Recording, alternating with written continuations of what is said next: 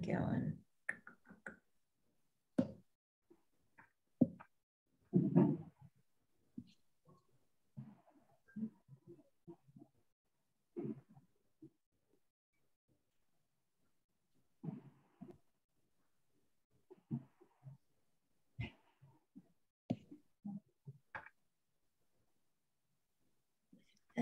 Got an awesome number of people coming into the room. How awesome is this? Not to put your mob at Tungainjira under pressure or anything, but there's like really good number of people in the waiting room. We like numbers. We got 2 minutes until we start, so settle in. We won't be long. Secretariat, not to put Tungainjira under pressure, but how many people are we expecting on this one?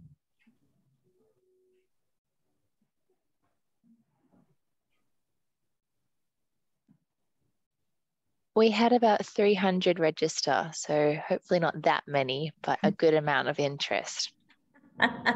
Well done, Team Tungainjira. 300 in terms of interest is massive. Well done.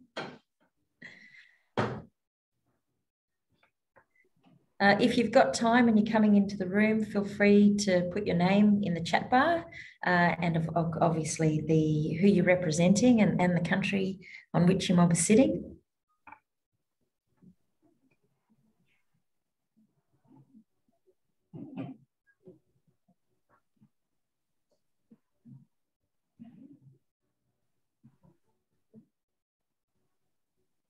All right, 1 more minute and we'll kick off. Hope everyone's safe. I know that New South Wales has got some pretty heavy rains at the moment, so I hope all your families are all okay.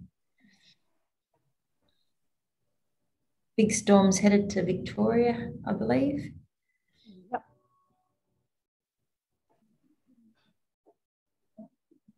Had to fly through some of those clouds yesterday. It was a little bit bumpy. Oh. Yeah, about to do it again in a couple of hours.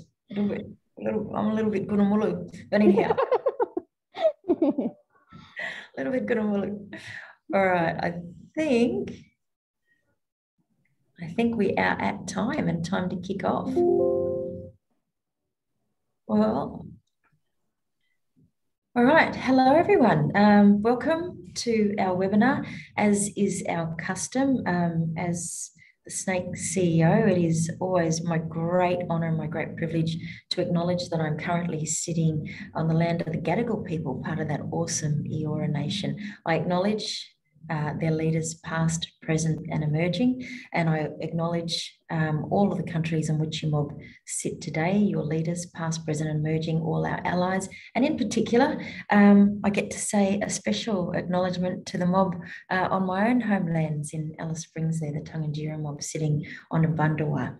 It is our lunchtime webinar and this time around we've got the deadly Tungainjira Council's Girls Can, Boys Can project mob with us. Before I introduce you to the fantastic team, I do want to do a little bit of housekeeping. Obviously, you mob all know where your own toilets are, so I don't need to tell you that one, but I will just let you in on how this particular webinar is going to run. What is going to happen is we'll have a listen to the awesome team at Tungainjira, and then we're going to open the floor for a Q&A session at the end and hopefully get some of your questions answered about the project. It is an awesome project, so I'm sure you're going to have plenty to ask about. Really, I'm really excited to be part of this conversation because it's all about how we make culturally safe, how we come up with our own culturally safe methodologies and in particular practices, those practices that work best for our own children based on what are our own experiences and our own challenges and our own opportunities. To give a brief introduction to the Girls Can, Boys Can project, it was actually made in partnership with the Tungainjira Family Violence Prevention Program and the Larapinta Child and Family Centre in Mbantua. The project combines the knowledge of two areas. Firstly, the early education expertise from the team at the Larapinta Child and Family Centre, and secondly, the culturally safe prevention of violence expertise coming from the Tungainjira Council. The project works with both parents and carers, but also educators and children to create messages and resources that show the healthy, fun, equal and respectful relationship between girls and boys, along with the strengths of Aboriginal children, families and communities. So I really hope I haven't given too much away, because I'm now going to hand it over to the experts. I'm very, very excited to introduce you to my niece, Shirlene Campbell, and also in the room with her is Isabel Egan and Carmel Simpson from Tunganjira. Over to you, Mob. Thanks, Catherine. Thanks everyone for joining. We're really excited to share this project. Shirlene is in Darwin at the moment, so on Larrakia country, and then we'll be heading back to Mbantua, Alice Springs with us this afternoon. So we're going to be doing this through the Zoom, which is new for us. We usually do this side by side. So I think just to start off with, I'm just going to do our acknowledgement of country. So within the Tunganjira Family Violence Prevention Project, I think it's really important for those of us that are non-Indigenous as well to really acknowledge the impacts of colonisation and what that means for Aboriginal and First Nations people around Australia and also around the world. So today I would like to acknowledge that for myself, I'm meeting here in Mbantua in Alice Springs, and I'm on the land of the Aranda people. So the land that always was and always will be Aboriginal land. We'd also like to acknowledge that everybody else is meeting on lands that were never ceded, and that those lands always was and always will be Aboriginal lands. I think it's also important for those of us that are not First Nations to this country is to acknowledge that we are benefiting from systems and structures that do displace and disadvantage Aboriginal people and discriminate against First Nations people. So truth telling is really important, and this is some of the work that the Girls Can Boys Can project is trying to have impact on as well. We'd also like to acknowledge that despite having colonial violence and dispossession, Aboriginal culture has survived and thrived for 65,000 years and is the oldest continuing culture on this earth. And I want to pay respects to the resilience and strength, knowledge and lived experience of all Aboriginal and Torres Strait Islander people, and particularly those that are here with us today. So we also want to just show you Girls Can, Boys Can, and about this amazing crime prevention project. So I'm going to hand over to Shirlene here. The reason why we do created Girls Can, Boys Can project is because really it goes back to colonisation. This is where violence comes from. The three causes are gender inequality, colonisation impacting Aboriginal people, and colonisation impacting on non-Indigenous people. So these three causes create the conditions where men's violence against Aboriginal women can happen, or means that people don't take men's violence against Aboriginal women as serious. Or they think men's violence against Aboriginal women is normalised. And really how I see it, they do think it's normalised, which we are as Aboriginal women, we want to create that change as mothers, grandmothers, sisters and aunties. So yeah, as doing this, we need to start developing and we'll start having the conversation and bringing things up as grassroots, as it should be. Stopping violence is everybody's responsibility. And when I say everybody's responsibility, that's everybody, all mix and race, no matter how old you are, men, women and children has to have to start having the conversation. For me personally, it has to be in the education system as well. So stopping violence is everybody's responsibility. The Girls Can, Boys Can project is leading the way by showing the strengths of Aboriginal families and how gender equality benefits everybody. The violence shows that, can't really see my screen properly, but the violence shows that men's violence against Aboriginal women is higher, and really we have to stop it from the start. I can't really see my screen because I've got to try and shift this little camera. That's all right. Shirlene, do you want me to read out this one? Yes. So yeah, the evidence so all of the primary prevention projects that we're working on, in the past we had Mums Can, Dads Can, and also Girls Can, Boys Can. And so the idea with primary prevention projects is really addressing, like Charlene was saying, those key drivers of violence against women. So what we know from Our Watch's research is that when we have conditions where women and men are not considered equal, and when we've also got that historical context and current context of colonisation impacts, and that's not just impacts for Aboriginal and Torres Strait Islander people in terms of racism and inequality and a history of violence, it's also those impacts for non-Indigenous people that we need to consider. And when I'm talking about that, I'm talking about the power imbalances that are created in our society that lead to the excusing of violence against Aboriginal women. And so when those three key drivers combine, that creates the environment where violence against women can flourish. And so what this Girls Can, Boys Can project is about is looking at that evidence base and trying to prevent violence before it begins. So primary prevention is about changing those attitudes and beliefs that create the conditions to cause violence before they begin. So when we're talking about gender inequality, and we'll start talking a bit about the Girls Can, Boys Can project, which is really exciting. It's talking about looking at how we can have strength-based messages to challenge those rigid gender stereotypes, to challenge those narratives around colonisation, and to challenge those narratives around power imbalances as well.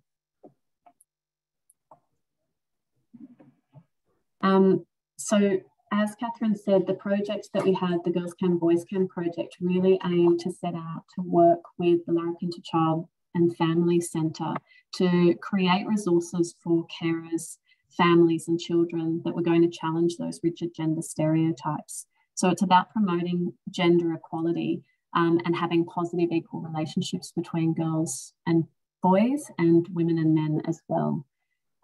We also wanted this project to be strong and strength-based and celebrate Aboriginal culture and communities and really show those strengths and challenge those attitudes and beliefs that are around racism as well, that allow those racist attitudes about Aboriginal people to continue. So having really positive images also shows young people as well, and not just Aboriginal children, but Charlene can talk to this as well about how there's most resources that we have in schools historically have been white faces.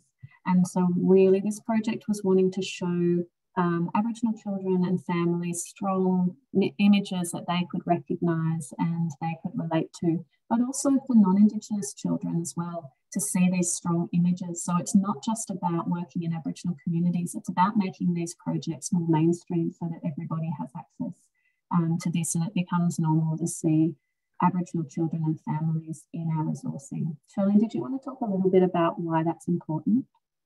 Well, it is as important because this is our children that we're talking about here now, and it, like I said, it's got to be everybody's conversation because this is their future that they can really see as adults and educators and carers, that we have to support their little mind and thinking of shifting, because in some ways, me personally, I can see that they're the one who create a better future for both adults and children because they're the one who's experiencing it. So we just got to be that voice for them and support them. Yeah, like Carmel said, having Aboriginal children's spaces right across the education, I guess, and in all resources is that we can develop a lot of meaningful, I guess, healthy relationship with both Aboriginal and non-Aboriginals, because when we talk about Girls Can, Boys Can campaign, it's also talking about the impact of colonisation. It's everybody's conversation. I know it's a hard topic and conversation to talk about, but it's the only way how we can move forward in a subtle way and I guess have a positive future and a meaningful, I guess a healthy one as well. So the primary prevention project that we've developed is, I guess, coming from the grassroots. And as Carmel said, it's to celebrate Aboriginal children and their families and the communities and the work that they do, because we've been doing this for 65,000 years before colonisation. And since colonisation has come and it impacted a lot of our culture and our languages, our songlines and our dances, that we need to pick that up and bring our culture strong, because we live it every day. We know what's best for our people, and we're doing it now. So creating a project like Girls Can, Boys Can is kind of stopping violence before it starts, because we want to start tackling these, we want to tackle family and domestic violence and sexual assault, is creating these little images. Again, it's creating education in the society that we live in today. And as adulthood, again, we need to kind of support and drive this for them. Yeah, and I think it'd be really great as well, Charlene, for you to just talk a little bit about the Women's Family Safety Group and their role in Girls Can, Boys Can, and Mums Can, Dads Can.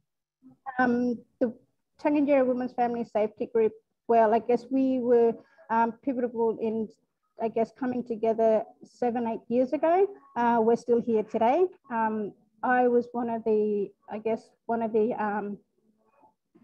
a shy person in that space, as a mum stepping in and wanting to help others and young mums as well, knowing that I'm growing up my own daughters and my own granddaughters. So I need to have that change and shift. So creating primary prevention, violence against women comes from Mums Can, Dads Can.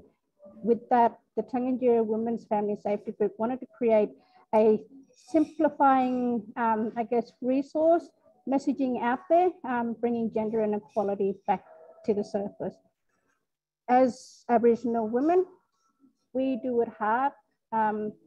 Creating primary prevention is that flipping that gender role within the household, because everything has to start from at home as adults. I mean, we need to start tackling the language that we speak, and also the physical, I guess, the movement that we kind of share as well. And kids do see, it's like monkey see, monkey do. So this is what our kids are doing at the moment. And with that, you know, we've got to start tackling all these impact like social media stuff. Also talking to the education and curriculum, because as Aboriginal people, we want to see change and we want to be part of that as well. Yeah. And I think, yeah, Charlene, you raised a really good point about the impact that us as adults have on children and what children learn. And I think this is the real thing. What we started off with Mums Can, Dads Can was that idea of having role models in the household that had equal gender roles. So the idea of these positive ideas and images, and the picture on the far right of the dad holding the baby on the screen was one of the most popular images we had within the Mums Can, Dads Can campaign.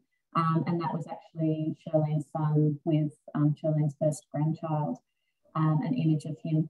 And I think, you know, this really resonated because this is part of Aboriginal culture, and that care and respect that Aboriginal fathers have within their family is what we really wanted to show. And another thing I just want to jump in and say as well is that the reason why we've done this too is that because we have been putting up with the intervention in the Northern Territory. So as strong women, we want to show the Northern Territory that we are here. We're not going nowhere. We're creating a safe space for everybody. As you see, when you think about Australia, it's a multi-vast community with all different races and ages and genders. You know, we've got to start supporting and tackling and having that conversation as around family and sexual violence as well. Charlene, could you talk a little bit about the intervention and what impacts that had on men and why this image was so popular? The intervention was, I forgot when it started, but yes, it was created, I guess, around the racism and the discrimination side of stuff, with us creating the early prevention program and the Women's Safety Group and our Men's Safety Group, because we want to show the good work that we do. Like I said, Aboriginal people have been doing this for 65,000 years. And, you know, we have strengths, we have knowledge and stories to share, and we still do that today on the ground. When we engage in truth-telling about our shared history and our ongoing colonisation, use strength-based messages from Aboriginal leaders and celebrate Aboriginal families, children and culture, we are addressing the key drivers of family violence against Aboriginal and Torres Strait Islander women as well. So having this, like I said, you know, it's not daunting, it's not scary, it's all about having fun, and it's about, you know, creating awareness for our people in Australia. from the Northern Territory, Central Australia. Yeah, and I think the really great, exciting thing about this project as well, which we'll talk a little bit about as well, is that we did an evaluation. And so we looked at some of the attitudes and beliefs about violence and Aboriginal culture and racism at the start of the project, and then we looked at it again at the end. And so we've got some really good research around this and how we could see a little bit of behaviour change. And so the attitudes and beliefs that we want to see change is where that change is going to happen. And that's going to be generational. It's not something that's going to happen overnight.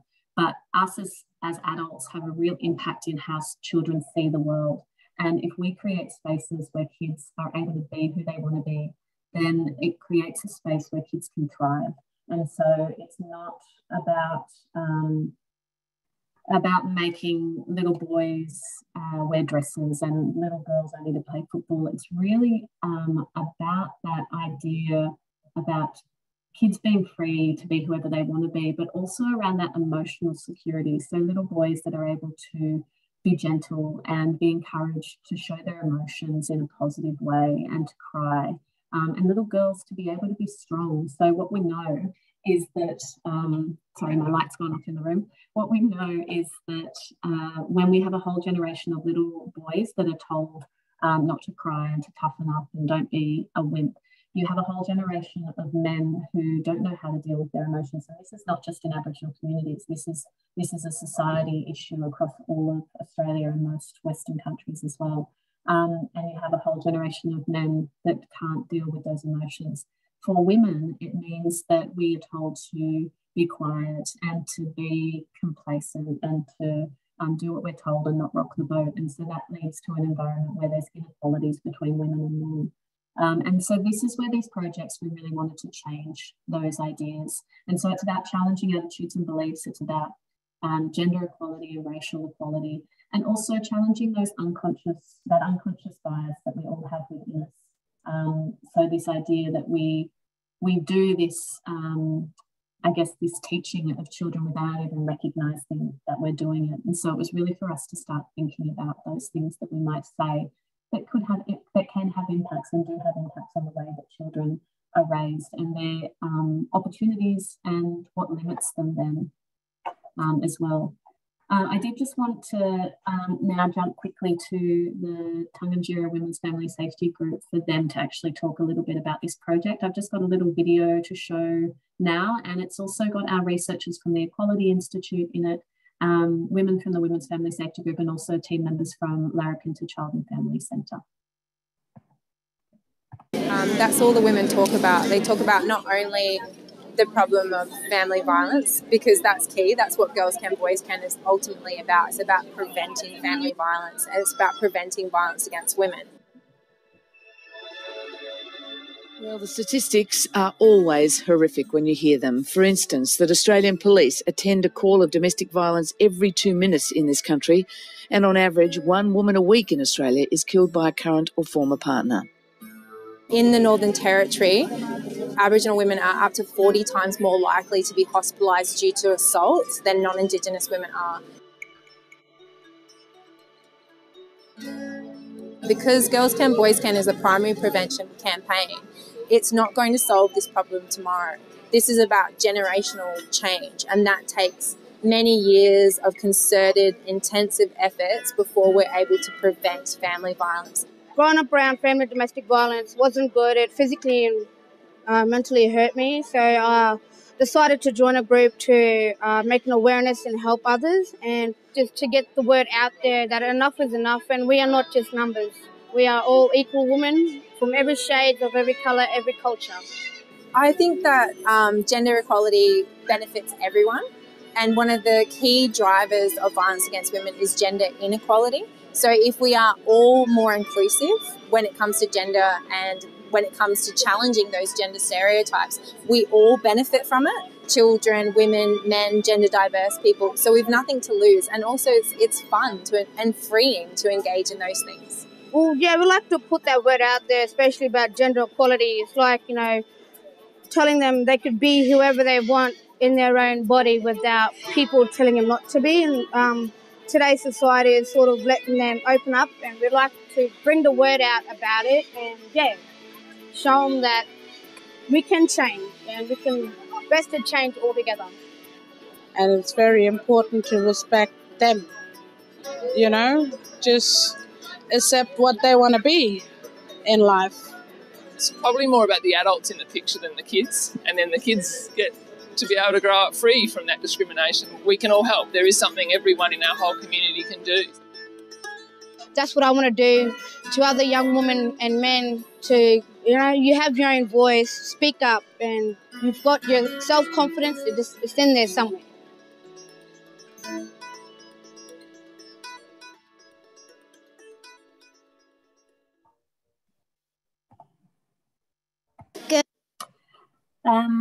So I think what is really great about that video is that it really just shows the voices of the project staff, and I find it really inspiring. And that's what I think I've found within this project is that people really like it. As Charlene said, it's really fun.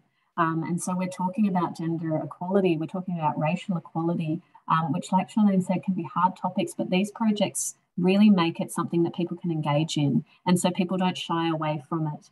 And so I think that's one of the real strengths of this project here. These are topics that need to be talked about, and this is a way that it can be done in a way that's really positive and strengths-based and really hopeful as well.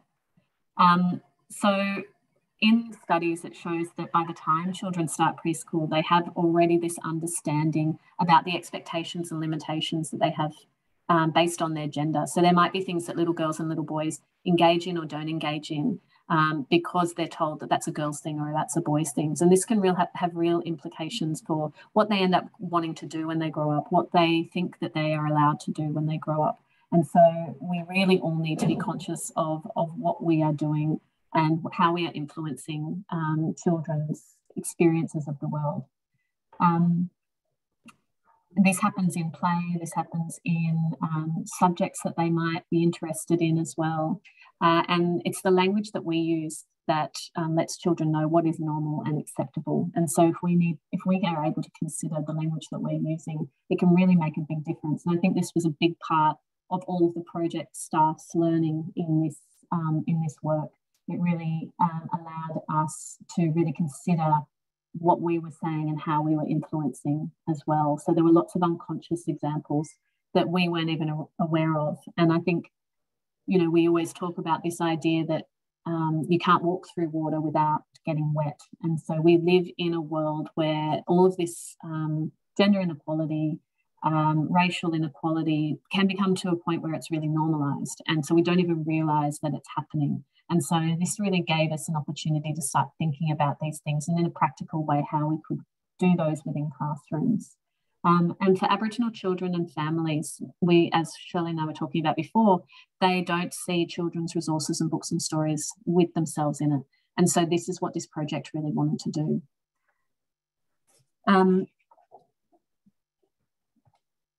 So what we actually created in the end with the Larrikins Child and Family Centre was a toolkit. And so we have these resources, and at the moment what our team, Isabel Egan, who is part of our primary prevention team as well, has been working with the Northern Territory Education Department to get these resources into schools next year. And we already have a handbook that was created, lesson plans with teachers that used it last year within Breitling Primary School and within the Larrikins Child and Family Centre. There's posters, there's merchandise, there's puppets, there's suggested readings as well. And it's just a really engaging way. And we've had some real interest in people being involved in this project too. I've skipped ahead, Shirley, because I put some of the slides in the wrong order. That's okay. We bounce off each other. I just wanted to show the evaluation part as well. So Shirlene recently went to Mexico with Shay Brown, who is a researcher here from Central Australia, works with the Equality Institute, and they presented this work to an international forum for the Sexual Violence Reduction Initiative conference that was in Mexico. And so the Ranta Ranta Ampa Mele project or evaluation that we did was about really, again, looking at those attitudes and beliefs and how we could see, if we could see any change as well. So the greatest shift in attitudes around violence we could see were mainly in the project staff. And so project staff really being engaged in this project and really intensely involved in it really showed there was a big lot of learnings that happened as well, which was really exciting. It goes back to not just adults, but everybody across. We forget about the two-way learning and the deep listening, and it's everybody has to have that deep listening. Yeah, and I think what we really found as well, the really explicit messaging. So when we talked really explicitly about boys can cry, boys and girls can be friends, and girls can be strong, that's when people really got the messaging. So we realised we had to really be clear about it as well. Workforce development was the biggest part of it, and staff increasing their knowledge around violence against women. And I think this was something from educators that they really said they obviously know and acknowledge and see all the time the impacts of violence. And I think their sense was that they feel a bit helpless at times. Like, what can they actually contribute to it? This is not their space. Violence against women is not their space, but they really do feel like they want to do something. And this really showed that they have so much of an influence and an impact in the lives of children and how they can make a change as well. I do want to just show you, when I go back to the slides here, a little video that was from Breitling Primary School where the little kids engaging in the project as well, which was really exciting.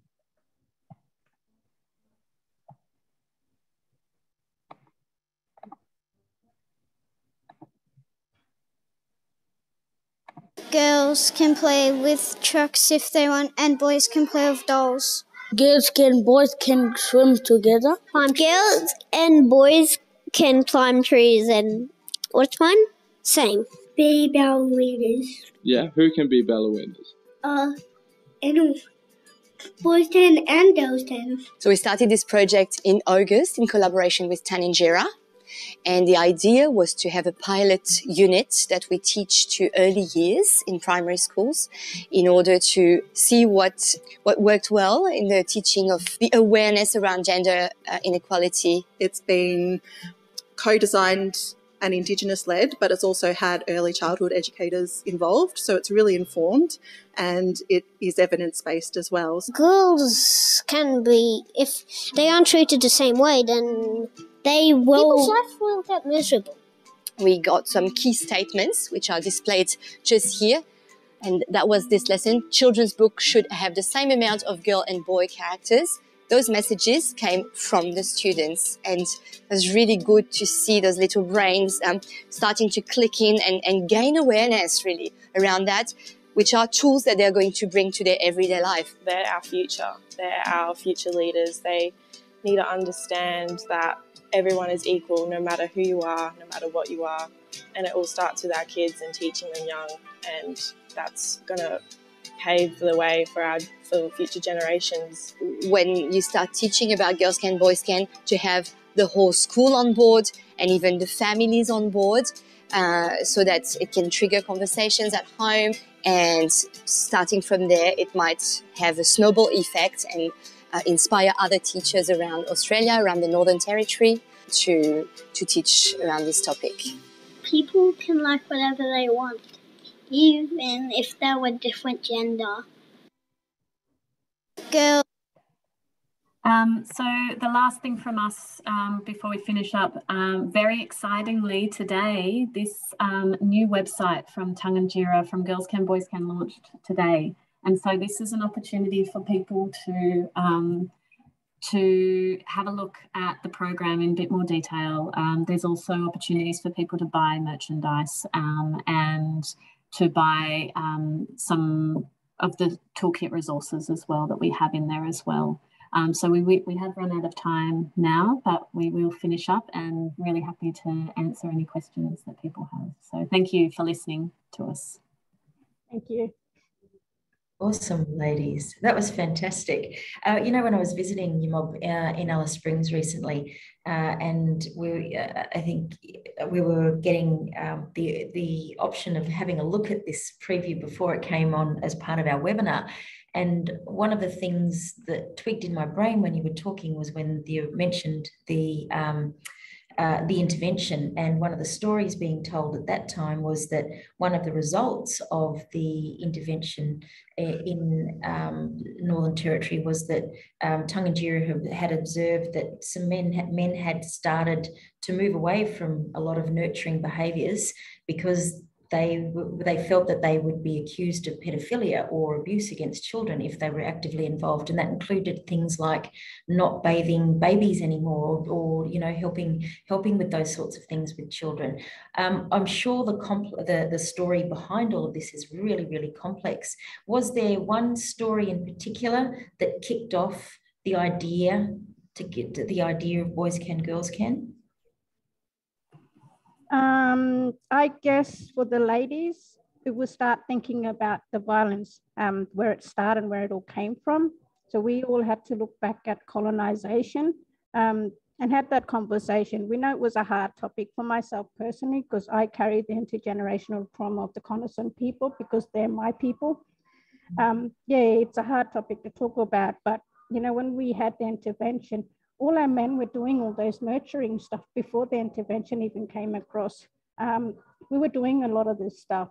You know, our men were teaching our girls to go hunting or gather food, bush foods, and go, you know, swimming and things like that. But since the intervention came along, I guess you kind of used the one paintbrush to use that against all our men. And like I said, not all our men weren't pedophilias or, you know, using violence against our women. There were a few out there who are good men who are wanting to make that change. And I personally think my partner, my husband, who also wanting to make that change too. So we kind of drive each other to change that, boys. And we do that in our home. So I guess we're kind of showing others that, you know, they can do it. It's everybody can do it. So yeah, that's where I'm coming from. Yeah, I noticed you said you referred to trauma there, Shirlene, and a lot of the comments coming through on the chat line there are relating to how do you work on a transgenerational trauma in a framework like this one, because this is largely targeting children to understand gender equality. But I know Tungunjira does a lot of work around the edges so that you're looking at a really holistic response. Is there anything you want to talk to there about how this matches to those trauma-informed responses? Well, for most of our women, we're all carrying the trauma. It's either from colonization or the institutional or stolen generation. So we have to think about all those, I guess, the negativity around that, and coming together is that having that conversation again with our young women and our elders women, and I guess supporting each other along the way. You know, we had to drive this every day, having the conversation, and no matter who you're sitting with, it could be in the park or in a cafe or just walking past a shop, you know, having that conversation, because we always get pulled up and say, hey, Girls Can, Boys Can is a good project. We like what you Tungunjira Women's Family Safety Group. And what we're starting to do now is actually sit them down on the ground and have that conversation and speak to them why we do it. Yeah. And while that's you know, one of the beauties, I can't get my words out, of the way you've developed this campaign is that it centres around two beautiful young characters, you know, Cody and Casey. How did you come up with them? When you think about gender inequality, I mean, like again, when you go back 65,000 years ago, our kids were doing a lot of those gender inequality stuff. I guess, you know, we had our young girls going out, I guess, in a sly way, creating their own spears, but doing it in a girls' circle. We had young men used to go out and I guess not only go hunting, but gather food, and that's a woman's job. So, you know, things like that. And in men's business and women's business, yes, we're different, but we were equal in respecting our roles in that dynamic, and we still do that today. Yeah. What about, and I know I can see a lot of the comments that were coming through on the chat, they were relating to, you know, can we watch this video later? Or can we share this video? But there's probably more you can share relating to this. Is this something that other communities using their own expertise of how their families operate in their own countries can adapt? For me personally, yes, I want to share the videos because I think it's positive to share the load. Because it kind of create their own mindset of thinking of creating their own resources, because not all communities are the same. We all have different solutions and ideas, but they're all going and tackling the same problem that we're doing, or what we're wanting to. Yeah, and I think the Women's Family Safety Group have always been really clear, all of those leaders, that they want to share all of these resources. They want to learn from other communities as well. And there's no point in just keeping it all to one community. So absolutely to share and adapt. It's everybody's conversation. Everybody's conversation. It has to be everybody's conversation. You know, speaking of gender equality, I'm just going to go sideways for a second because those characters are Cody and Casey. And I have a little boy called Casey. And he said to me one day, Mum, you know, at my school, there are 6 Caseys in my year and I am the only boy. I'm doing my own part. I'm doing my own part. But are you seeing, you know, in the town camps and around Alice Springs, are you seeing more children with names again that could belong to either a boy or a girl? Are we seeing more of that? I don't know a lot, but me personally, we encourage to flip those names into gender equality because, you know, Casey and Cody, I have a few aunties whose name's Casey who lives out bush but don't understand the gender side. So I guess for me going back out bush and having that conversation with them in why they were named that name. So yeah, another conversation to have out in the communities. And they are great conversations, aren't they? They're great conversations for families to have with their children. I might just do a quick scroll through here and see if there are any other questions coming up, but I will let you know while I'm doing that little scroll that a couple of the messages coming through on the chat line relate to people who have already jumped online to buy your t-shirts. That's awesome. How awesome is that? Thank you, Mob. Isn't that awesome? All right, what's here? There is, oh no, there's a comment here from Phil Walcott in Alice Springs saying, you know, the greatest love of all might be, you know, so I think that's a compliment to you, Mabor. A lot of people saying congratulations and that they can't wait to check out the website. Is there any other questions? I might throw it to the Secretariat. Have you got any other questions there that I'm not being able to access?